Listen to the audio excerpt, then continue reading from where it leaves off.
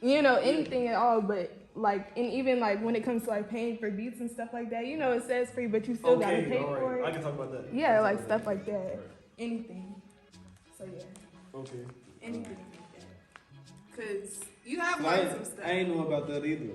I didn't know about the paying for beats yet. Yeah. Until now, I gotta buy my beats so that it don't get copyrighted.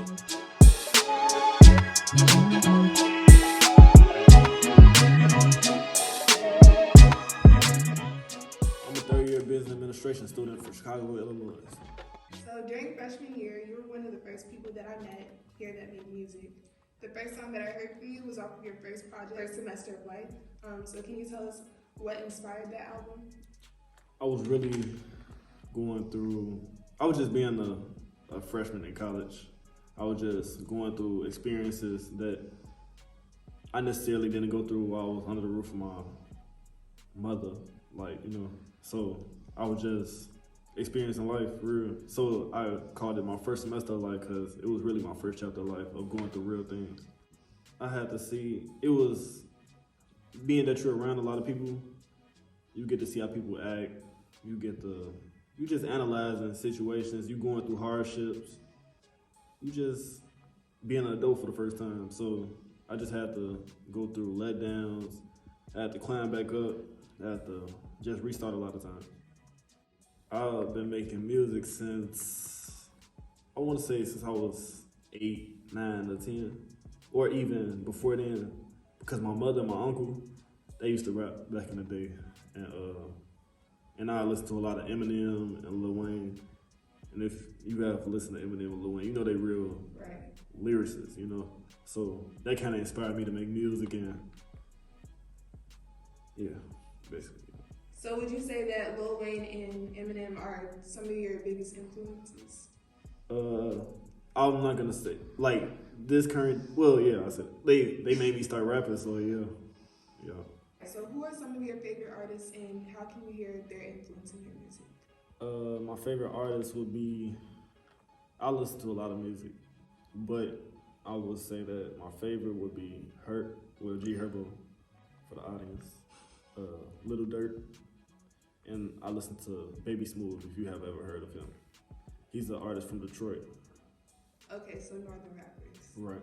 I know the audience probably haven't heard my music yet, but me and Herb are kind of similar because, well, I try to be, he raps about his experiences that he went through at home, but I kind of rap about my experiences that I went through over my whole course of life.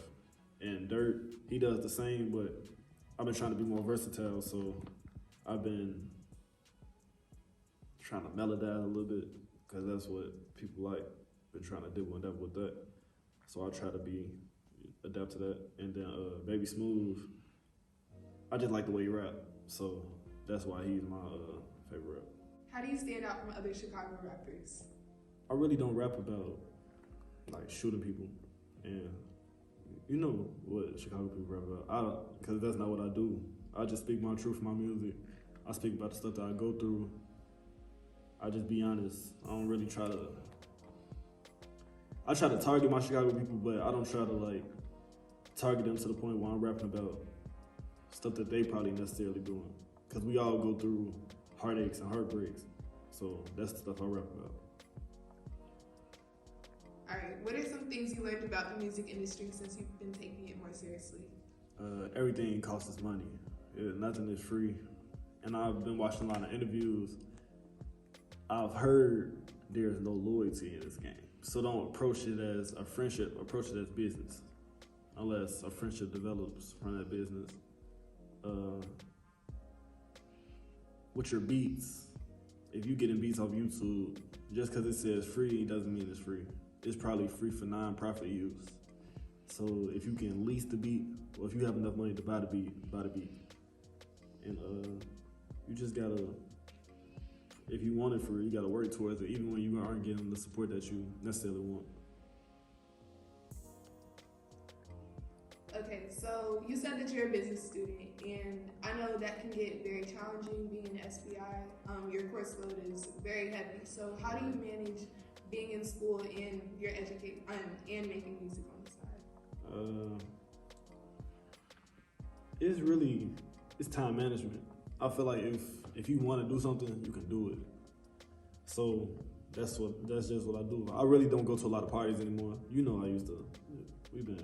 We knew each other way before this. You know, I used to be at all the parties and kicking in my freshman year, but I kind of focused and sat down like, I'm down here to graduate. I'm really not down here to kick it. So, like school and rapping is what's gonna give me the money that I want. Right. So I've been putting my focus towards that. Right. Prioritizing basically. Right. You can find me with BBLB, and that stands for Big Brother Little Brother Mentorship Program. Library, getting these grades right, trying to get these A's and B's, bring this GPA up. As you should. Right. You would just catch me walking, you know? If anybody has some music they want to work on or anything, don't be shy to talk to me.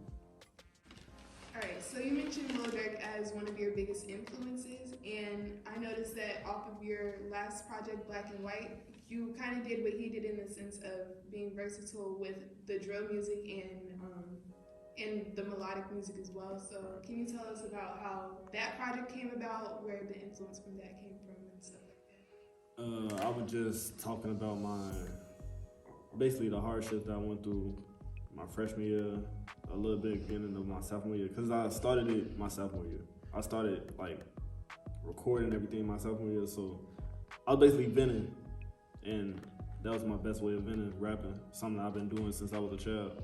And I think one of my favorite songs by you because of that is Ha Ha, because that's one of the songs that really shows your Chicago side, I guess you could say. Right. But for the people who've never heard of you before, what would be your favorite song? That's a hard question. I like a lot of songs off of the project. I like Black and White. Black and White is a good song for the audience to listen to. Ha Ha, like, if you're trying to turn up, that's a good song to listen to. Head Right, if you're trying to get out your feelings, you're going through something, that's a good song to listen to. That's a melodizing song.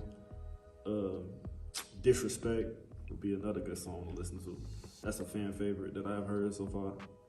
So the whole project, honestly, is my favorite song. But what are 3 artists that you would want to work with in the future? In the future, like long term, any three. I want to work with Meek Mill, G Herbo,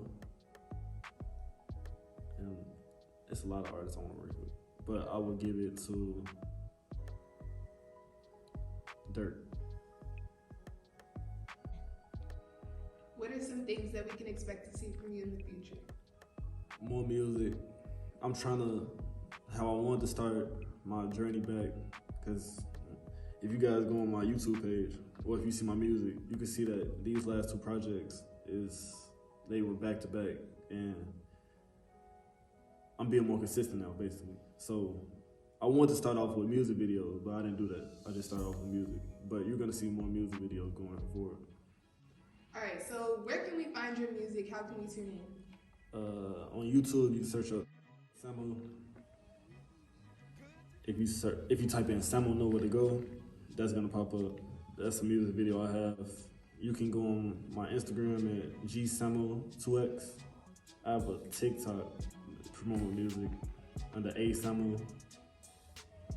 That's about it. All right, and thank you so much for joining us today and being our very first guest. Thank you for having me. Of course.